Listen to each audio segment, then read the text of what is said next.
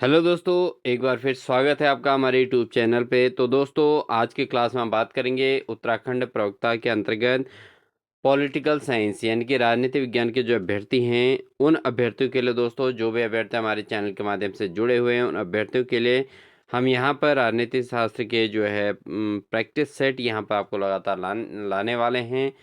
तो दोस्तों, आज की क्लास में हम इसकी डेमो क्लास आपको दे रहे हैं। तो आपको क्लास अच्छी लगेगी तो प्लीज़ वीडियो को लाइक कीजिएगा, साथ ही चैनल को सब्सक्राइब कर लीजिएगा और अपने कमेंट्स ज़रूर दीजिएगा कि आपको हमारी क्लास कैसी लगी।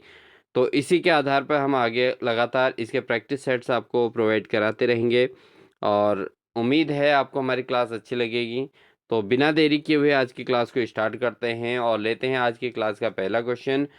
दोस्तों, यहाँ पर आपका जो ये क्लास का हमारा मकसद है वो केवल आपके प्रैक्टिस को मजबूत बनाना है, क्योंकि बहुत सारे अभ्यर्थियों के कमेंट्स हमको आते हैं कि सर पॉलिटिकल साइंस की भी क्लास लगातार करा दीजिए, क्योंकि हमने पहले पॉलिटिकल की क्लास कराई है।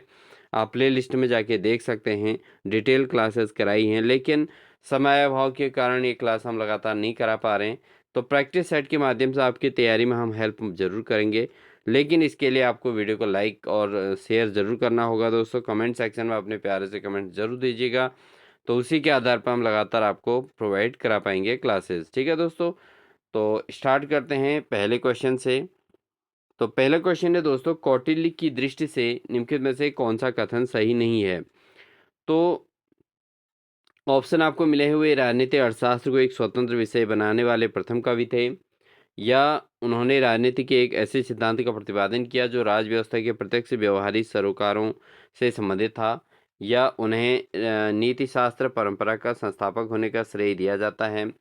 पहली बार उन्होंने भारत में एक सुदृढ़ राजनीतिक नियंत्रण की जरूरत पर जोर दिया। तो दोस्तों, कौटिल्य की दृष्टि से जो कौन सा कथन सही नहीं है ये पूछा गया है। तो अगर इसका सही आंसर की बात करें तो यहाँ पर ऑप्शन नंबर थर्ड, कि उन्हें राजनीति जो नीति शास्त्र परंपरा का संस्थापक होने का श्रेय दिया जाता है, बिल्कुल गलत है। बाकी अन्य कथनों की बात करें कि वे राजनीति अर्थशास्त्र को एक स्वतंत्र विषय बनाने के वाले प्रथम व्यक्ति थे, बिल्कुल सही है। उन्होंने राजनीति को एक ऐसे सिद्धांत का प्रतिपादन किया जो राज व्यवस्था के प्रत्यक्ष व्यवहारिक सरोकारों से संबंधित था। पहली बार उन्होंने भारत में एक सुदृढ़ राजनीतिक नियंत्रण की जरूरत पर जोर दिया था। तो ये तीनों के तीन ऑप्शन सही हैं, बट उन्हें राजनीति शास्त्र परंपरा का संस्थापक होने का श्रेय दिया जाता है, बिल्कुल गलत है। तो इस आधार पर इसका ऑप्शन नंबर थर्ड इसका सही आंसर हो जाएगा दोस्तों। ठीक है, अगला प्रश्न लेते हैं, निम्नलिखित में से किसने कहा कि रिपब्लिक इस भारत में से इस कारण से एक आदर्श राज्य की तस्वीर नहीं देता कि यह एक रोमांस है, बल्कि प्लेटो चाहते थे कि यह भलाई के विचार पर एक वैज्ञानिक आक्रमण की शुरुआत बने। तो ये किसने कहा था, ये बताना है। तो ये जो कहा गया था दोस्तों, ये कहा गया था डनिंग ने के द्वारा। किसके द्वारा? डनिंग के द्वारा ये बात कही गई थी दोस्तों। ठीक है, बढ़ते हैं दोस्तों अगले प्रश्न में। अगला क्वेश्चन देखिए दोस्तों, निम्नलिखित में से किसने कहा कि काल के क्रम में राज्य परिवार या व्यक्ति के बाद आता है, लेकिन प्रकृति के क्रम में उनसे पहले आता है। तो कौन ऐसे व्यक्तित्व तो रहे हैं जिन्होंने ये कहा था कि काल के क्रम में राज्य जो है परिवार या व्यक्ति के बाद आता है, ठीक है, लेकिन प्रकृति के क्रम में उस उनसे पहले आता है। तो यह बात जो है जो कही गई थी, किसके द्वारा कही गई थी? ऑप्शन है सेफालस, या थ्रॉसी मार्कस के द्वारा, या अरस्तु के द्वारा, ये लेकोफोन के द्वारा। तो दोस्तों, ये बात जो कही गई थी ये कही गई थी अरस्तु के द्वारा, क्योंकि अरस्तु ने कहा था कि जो राज्य जो है परिवार या व्यक्ति के बाद आता है, क्योंकि कोई भी व्यक्ति का जब जन्म होता है बच्चे का, तो सबसे पहले उसको क्या मिलता है? परिवार, ठीक है, और उसको व्यक्ति मिलते हैं, तो उसके बाद जो है राज्य की बात आती है। और अगर हम प्रकृति की बात करें तो ये परिवार और जो है प्रकृति के क्रम में उनसे पहले आता है, ये बात अरस्तु ने कही थी। अगला प्रश्न है, लॉक के लिए निम्नलिखित में से कौन सामाजिक संविदा की दृष्टि से सही नहीं है। तो इस आधार पर अगर हम बात करें दोस्तों, जो लॉक हैं उनके द्वारा जो है सामाजिक संविदा की दृष्टि से सही नहीं है कह रहे हैं। तो यहाँ पर अगर सही नहीं की बात करें दोस्तों, ये ऑप्शन नंबर टू है। संविदा जिनके प्रति हर एक पीढ़ी की सहमति नहीं देनी चाहिए, और संविदा एक बार किए जाने पर अपरिवर्तनीय हो जाते हैं, यह सही है। संविदा जिसमें व्यक्ति के कुछ एक अधिकार छोड़ देते हैं जो वे प्रकृति की स्थिति में रखते हैं, और संविदा प्रकृति के नियम पर विराम नहीं लगाते हैं। तो ये तीनों तथ्य सही हैं, लेकिन लॉक के लिए जो है यहाँ पर सामाजिक संविदा की दृष्टि से सही जो नहीं है वो है सेकंड ऑप्शन, संविदा जिनके प्रति हर एक पीढ़ी को सहमति नहीं देनी चाहिए। ठीक है, बढ़ते हैं दोस्तों अगले प्रश्न में। अगला क्वेश्चन है दोस्तों, रूसो के लिए निम्न में से कौन सही नहीं है।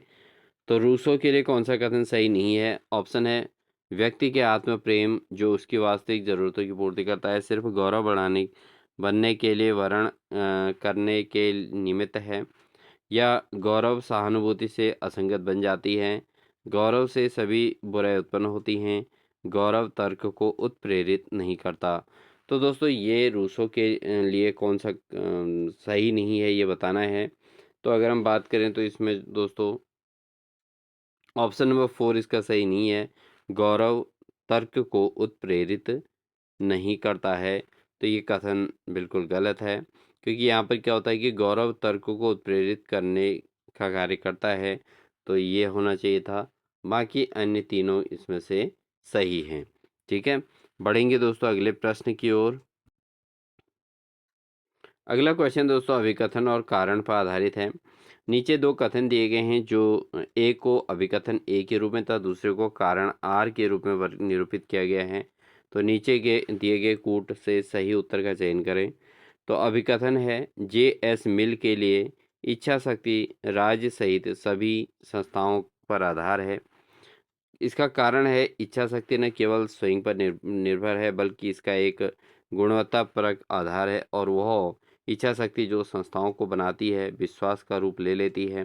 तो ये दोनों कथन जो कहे गए हैं दोस्तों, इन पर हम बात करें कि कथन ए और आर दोनों सही हैं, और आर जो है कथन ए की सही व्याख्या करता है।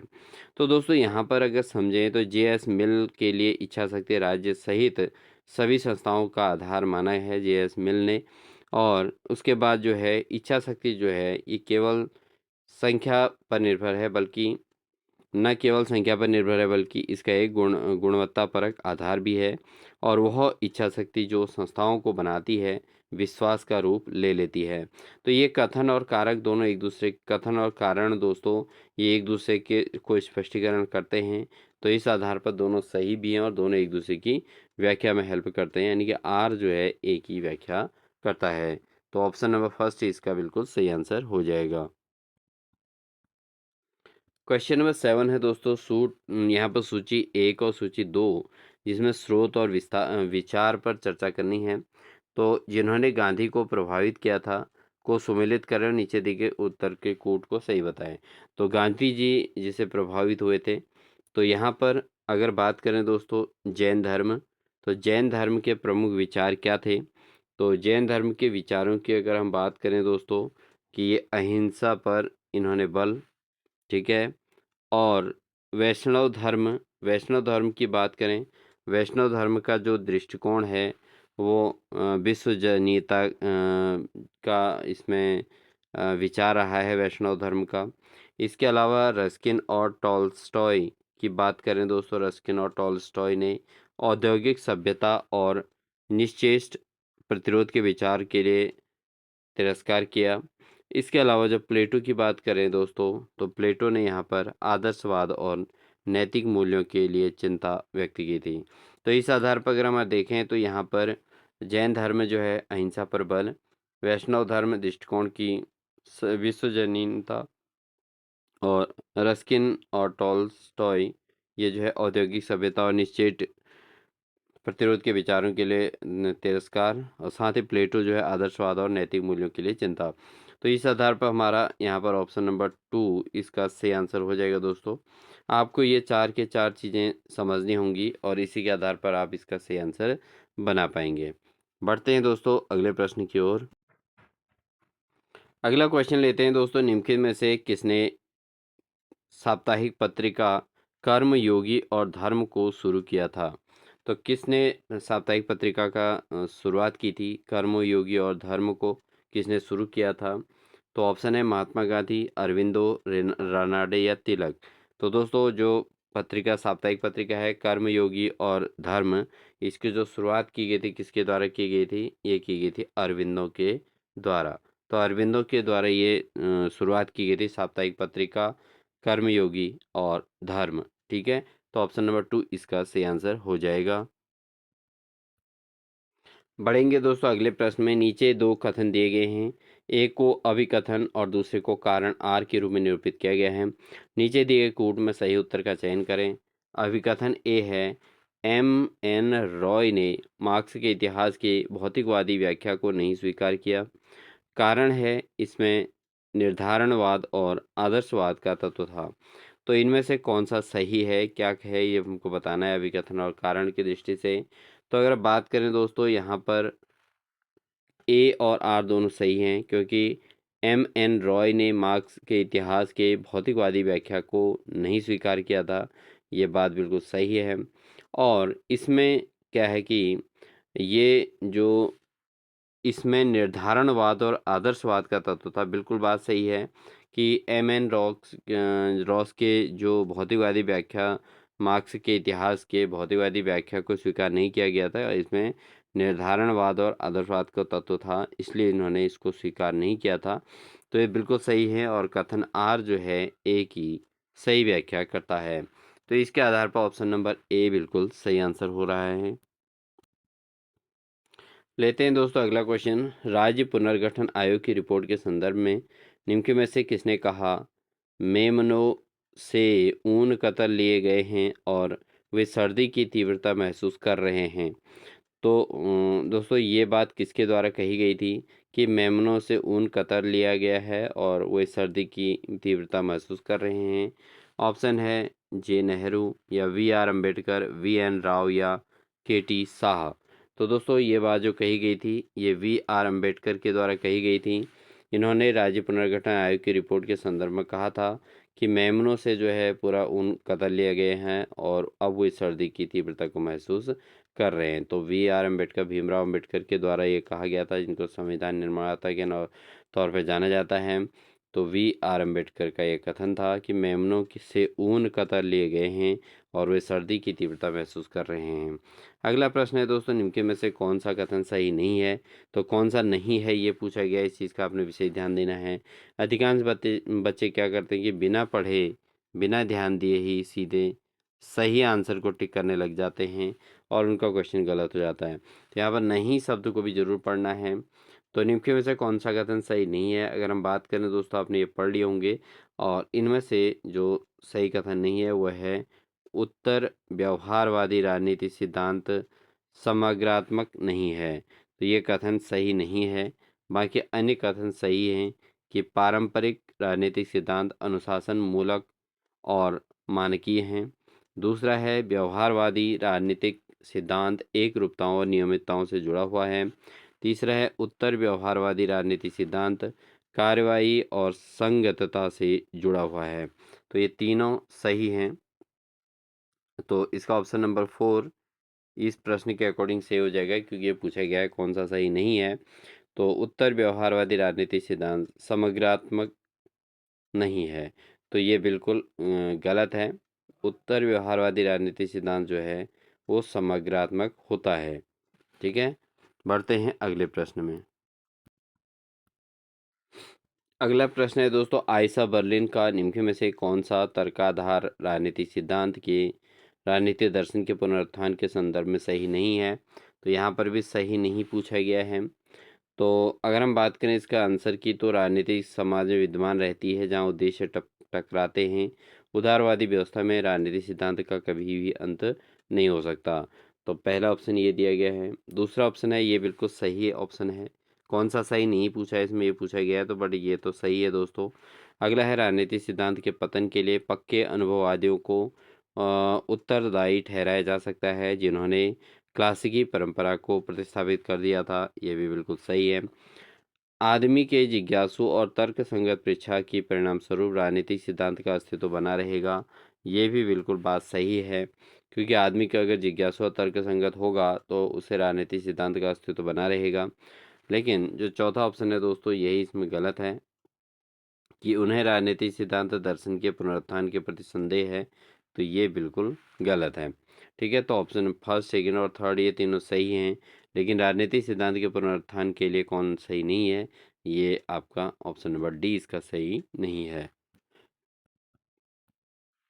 बढ़ते हैं दोस्तों क्वेश्चन नंबर 13 पे। निम्न में से किसने समाज के परस्पर फायदे के लिए एक सहकारी उद्यम, कमोबेश आत्मनिर्भर और आवश्यकता नियमों के द्वारा शासित के रूप में परिकल्पना की? तो कौन ऐसा है जिसने समाज के परस्पर फायदे के लिए एक सहकारी उद्यम और कमोबेश आत्मनिर्भर, समाज के परस्पर फायदे के लिए और सहकारी उद्यम को कमोबेश आत्मनिर्भर और आवश्यकता आवश्यकता नियमों के द्वारा शासित के रूप में परिकल्पना की थी? तो ये जो किया गया था ऑप्शन है रॉबर्ट नॉजिक या फ्रेडरिक हाइक या जॉन रॉल्स या कार्ल मार्क्स। तो दोस्तों ये जो किया गया था, ये किया गया था जॉन रॉल्स के द्वारा। तो ऑप्शन नंबर थर्ड इसका सही आंसर होगा जॉन रॉल्स। ठीक है, क्वेश्चन नंबर 14 है दोस्तों, निम्न में से किसने लेखक जो आलेख दिया था the zigzag of politics, the zigzag of politics किसने लिखा है? तो ये आलेख किसके द्वारा लिखा गया है, the zigzag of politics? Option है जॉन रॉल्स या एच ए हाइक या आर जोनिक या हेबरमॉस। तो दोस्तों द जिगजैग ऑफ पॉलिटिक्स जो लिखा गया है, ये लिखा गया है किसके द्वारा? ये लिखा गया है आर नॉजिक के द्वारा। तो ऑप्शन नंबर थर्ड इसका सही आंसर होगा आर नॉजिक। ठीक है, बढ़ते हैं दोस्तों अगले प्रश्न में। निम्न में से कौन समुदायवाद के प्रतिपादक नहीं है? तो समुदायवाद के प्रतिपादक कौन नहीं है पूछा गया है। तो ऑप्शन है एलस डेयर मॉकिन्टियर या माइकल सांडेल या माइकल वॉल्जर या फ्रेडरिक हाइक। तो दोस्तों जो समुदायवाद के प्रतिपादक कौन नहीं है ये पूछा गया है, तो वो नहीं है दोस्तों फ्रेडरिक हाइक। बाकी इसमें जो है एल्स डेयर मॉकिन्टियर ये दोस्तों समुदायवाद के प्रतिपादक रहे हैं, माइकल सांडेल भी रहे हैं, माइकल वॉल्जर भी रहे हैं, ये तीनों समुदायवाद के प्रतिपादक हैं। बाकी फ्रेडरिक हाइक जो है समुदायवाद के प्रतिपादक नहीं हैं। तो दोस्तों अगर आपको क्लास अच्छी लग रही हो, ये हमारी डेमो क्लास है, फर्स्ट प्रैक्टिस सेट है डेमो क्लास के रूप में, अच्छी लग रही हो तो वीडियो को लाइक कर दीजिए, कमेंट सेक्शन में कमेंट जरूर दे दीजिए और जो अभ्यर्थी नए हैं वो चैनल को सब्सक्राइब जरूर कर लें अभी। क्वेश्चन नंबर 16 है दोस्तों, निम्नलिखित में से कौन लोकतंत्र की विशेषता है? लोकतंत्र एक राजनीतिक समानता अपेक्षित है, सभी नागरिकों को निर्वाचन में खड़े होने का हक प्राप्त है, चाहे उनकी नस्ल, लिंग, रंग या धर्म कुछ भी हो, सभी नागरिकों के पास मत अवश्य होना चाहिए, सुलभ वयस्क मताधिकार। इसके अलावा राजनीतिक समानता का अर्थ है एक व्यक्ति एक मत एक मान। तो दोस्तों इनमें से कौन से लोकतंत्र की विशेषताएं हैं? तो अगर हम बात करें दोस्तों इनमें से ये चार के चार जो पॉइंट दिख रहे हैं दोस्तों, ये चार के चार जो है आपने देखा होगा पॉलिटिक्स के अंतर्गत ये चारों चीज़ों को जहाँ पर हमें मताधिकार की बात आती है तो चारों के चारों बिल्कुल सही हैं, क्योंकि लोकतंत्र के लिए राजनीतिक समानता सभी से अपेक्षित है। इसके अलावा किसी भी नस्ल, किसी से किसी भी रंग भेद या इस टाइप का कुछ भी नहीं है, सभी नागरिकों को निर्वाचन में खड़े होने का अधिकार है और सभी नागरिकों के पास मत अवश्य होना चाहिए, ये बात बिल्कुल सरकार कहती है। और राजनीतिक समानता का अर्थ है एक व्यक्ति एक मत और एक मत एक मान। तो चार के चार ऑप्शन सब सही हैं, तो इसलिए ऑप्शन नंबर 4 इसका सही आंसर हो जाएगा दोस्तों। अगला क्वेश्चन है दोस्तों पुस्तक और उनके लेखक, पुस्तक और लेखक के एक क्वेश्चन है, कूट का मिलान करना है। अब इसमें अगर हम बात करें तो दोस्तों जैसे ब्रिया बेरी, तो ब्रिया बेरी जो है दोस्तों ये इनके द्वारा जो लिखित पुस्तक है वह है दी लिबरल थ्योरी ऑफ जस्टिस। ठीक है, इसके अलावा सुसन मोलर ओकिन के द्वारा जो लिखी गई है वो लिखी है जस्टिस जेंडर एंड फैमिली। इसके अलावा जो अमर्त्य के सेन के द्वारा जो लिखी गई पुस्तक है वह है दोस्तों idea of justice. Idea of justice के लेखक अमर सेन हैं। इसके अलावा दोस्तों टॉम कैंपबेल ने जो लिखी है वो लिखी है जस्टिस नामक पुस्तक। तो इसका जो मिलान था वो जस्ट अपोजिट है दोस्तों। तो ऑप्शन नंबर फर्स्ट ही इसका सही आंसर हो जाएगा, 4321। तो ये जो है आपका फर्स्ट ऑप्शन सही होगा। अगला क्वेश्चन है दोस्तों, मार्क्स के अधिशेष मूल्य सिद्धांत की निम्न में से कौन कौन सी विशेषताएं हैं। तो मार्क्स के जो अधिशेष मूल्य सिद्धांत है उसकी क्या क्या विशेषताएं हैं। ऑप्शन है, यह रिकॉर्डों के सिद्धांत का वास्तविक रूप है। श्रम शक्ति श्रमिक की मस्तिष्क, मांसपेशी और तंत्रिका के बराबर होती है। इसके अलावा प्रत्येक पदार्थ का मूल्य उसमें निहित श्रम की मात्रा के समानुपाती नहीं है। उसके अलावा उत्पादन में जितने श्रम घंटे लगे कामगार को, उसकी संख्या के अनुपात के अवश्य भुगतान किया जाना चाहिए। तो निम्न में से कौन सा कथन सही है, कितने जो है विशेषताएं सही हैं, ये हमको बताना है दोस्तों। तो इसमें अगर हम बात करें दोस्तों, हमारा जो है ऑप्शन नंबर थर्ड सही है, यानी कि ए, बी और डी। ए है कि यह रिकॉर्डेड विशेष मूल्य सिद्धांत के अंतर्गत यह रिकॉर्डों के सिद्धांत का विस्तारित रूप है। उसके अलावा श्रम शक्ति श्रमिक की मस्तिष्क, मांसपेशी और तंत्रिका के बराबर होती है। और उसके अलावा उत्पादन में जितने श्रम घंटे लगे कामगार को, उसकी संख्या के अनुपात में अवश्य भुगतान किया जाना चाहिए। तो ए, बी और डी तीनों सही हैं इसके, तो ऑप्शन नंबर थर्ड सही हो जाएगा। लेकिन सी वाला ऑप्शन इसका विशेषता के अंतर्गत नहीं आता है। प्रत्येक पदार्थ का मूल्य इसमें निहित श्रम की मात्रा के समानुपाती नहीं है। तो ये समानुपाती होता है, जबकि यहाँ क्या कहा गया नहीं है। तो पेपर की यही खासियत होती है दोस्तों, क्योंकि ये जो है पेपर में कुछ न कुछ एक वर्डिंग गलत कर दी जाती है, जिससे आंसर गलत होने के चांस रहते हैं। इसलिए एग्जाम में आप क्वेश्चंस को अच्छे से पढ़ें, तभी जाके सही का निशान लगाएं। अगला क्वेश्चन है दोस्तों, निम्नलिखित में से कौन मार्क्सवादी सिद्धांत में लेनिन का योगदान है। तो मार्क्सवादी सिद्धांत के अंदर लेनिन का योगदान कौन सा है। ए है सर्वहारा के अग्रदल के रूप में पार्टी का उनका सिद्धांत, जो क्रांति के पहले बाद दोनों में जनसाधारण का मार्गदर्शन करता है। या पूंजीवादी साम्राज्यवाद का उनका सिद्धांत, जिसको उन्होंने पूंजीवाद के मध्यवर्ती चरण के रूप में माना। दुनिया के पहले सर्वहारा राज्य के निर्माण के लिए उनका विचार। या क्रांति की रणनीति और दांव पेच का उनका सिद्धांत। तो इनमें से कौन सा उनका मार्क्सवादी सिद्धांत के लिए लेनिन का योगदान रहा है, लेनिन के बारे में पूछा गया है दोस्तों। तो अगर हम बात करें इसकी, तो इसके अंतर्गत दोस्तों जो है आपका ए, सी, डी तीनों सही होंगे। क्योंकि इसमें जो बात कही गई दोस्तों, वो क्या कही गई है। पहली बात है, लेनिन के सर्वहारा के अग्रदल के रूप में पार्टी का उनका सिद्धांत, जो क्रांति के पहले और बाद दोनों में जनसाधारण का मार्गदर्शन करता है, बिल्कुल सही है। इसके अलावा दुनिया के पहले सर्वहारा राज्य के पुनर्निर्माण के लिए उनका विचार, ये भी बिल्कुल सही है। इसके अलावा क्रांति की रणनीति और दांव पेच का उनका सिद्धांत, ये भी सही है। तो इस आधार पर ऑप्शन नंबर 2 इसका सही आंसर हो जाएगा। बढ़ते हैं दोस्तों आज की क्लास के अंतिम क्वेश्चन में। ये हमारी डेमो क्लास है और इसका अंतिम क्वेश्चन ले रहे हैं दोस्तों। क्वेश्चन है, निम्नलिखित में से कौन एक विचारधारा की विशेषता नहीं है। तो विचारधारा जो होती है उसकी विशेषता कौन सी नहीं है पूछा गया है। यह राजनीतिक आस्था प्रणाली है। दूसरा है, राजनीति विचारों का एक कार्यवाही उन्मुख समुच्चय। तीसरा है, एक खास सामाजिक वर्ग और सामाजिक समूह का वैश्विक नजरिया। चौथा है, वे राजनीति विचार जो वर्ग या सामाजिक हितों को समाविष्ट या व्यक्त नहीं करते। तो इसमें से कौन सी विचारधारा की विशेषता नहीं है।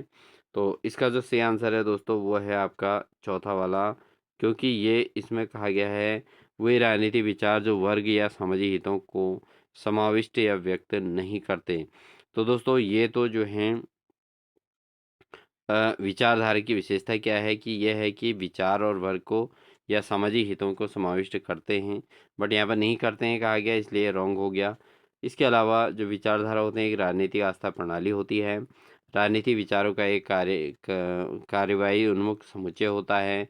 एक खास सामाजिक वर्ग या सामाजिक समूह का वैश्विक नजरिया होता है। तो इस आधार पर ऑप्शन नंबर 4 इसका सही होगा, जबकि ये ऑप्शन 4 वैसे गलत है। ठीक है, तो आई होप आपको दोस्तों ये हमारी क्लास अच्छी लगी होगी। हमने 20 क्वेश्चन इस क्लास के अंतर्गत किए हैं। क्योंकि ये डेमो क्लास है दोस्तों, तो आपको अच्छी लगेगी तो आप कमेंट सेक्शन में ज़रूर बताइएगा। और साथ ही इसी प्रकार की क्लासेस अगर आपको चाहिए हैं तो आप कमेंट सेक्शन में ज़रूर दीजिएगा दोस्तों। यहाँ पर आपको इसके डिटेल क्लासेस नहीं कराई जा सकती, केवल हम प्रैक्टिस सेट आपको लगातार कराते रहेंगे, प्रतिदिन प्रैक्टिस सेट देने का प्रयास करेंगे, जिससे आपकी तैयारी को मजबूती मिलेगी और आप अपने आप को इवैल्यूएट कर पाएंगे। तो मैं इस प्रकार से दोस्तों, अगर आप चैनल पर नए होंगे, चैनल को सब्सक्राइब कर लें, बेल आइकन दबाकर ऑल नोटिफिकेशन ऑन कर लें। मिलते हैं आपको नेक्स्ट क्लास के साथ, तब तक के लिए दोस्तों, wish you all the best.